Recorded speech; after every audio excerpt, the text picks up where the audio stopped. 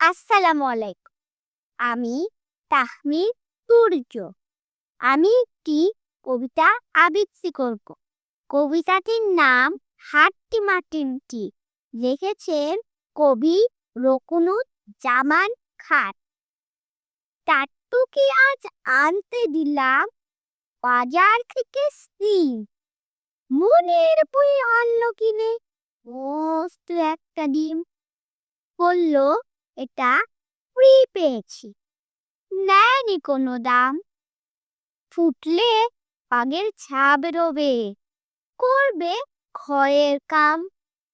সন্ধ্যা সকাল যখন দেখো ইচ্ছে ডিমে তা, ডিম ফুটে আজ বের হয়েছে লম্বা দুটো পা। উল্টে দিয়ে পানির কলস, উল্টে দিয়ে হাই। আজব দুপা বেড়াই ঘুরে গায়ের যত বাড়ি। সপ্তাহবাদী ডিমের থেকে বের হলো 2 হাত। কুপি জ্বালায় দিনের শেষে যখন নামে রাত।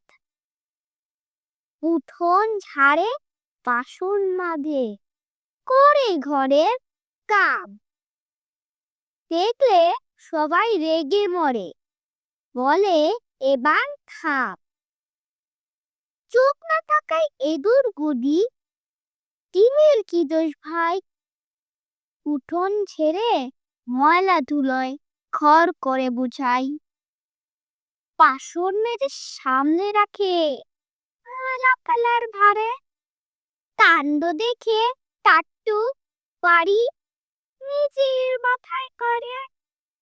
সিংহের দেখা মিলল ডিমে মাসখানেকের মাঝে। কেমন দিন তা নিয়ে বসলো বিচার সাজে। গায়ের মোড়ল পান চিবিয়ে বলল বিচার শেষ, এই গায়ে আর ডিম রবে না, তবেই হবে বেশ।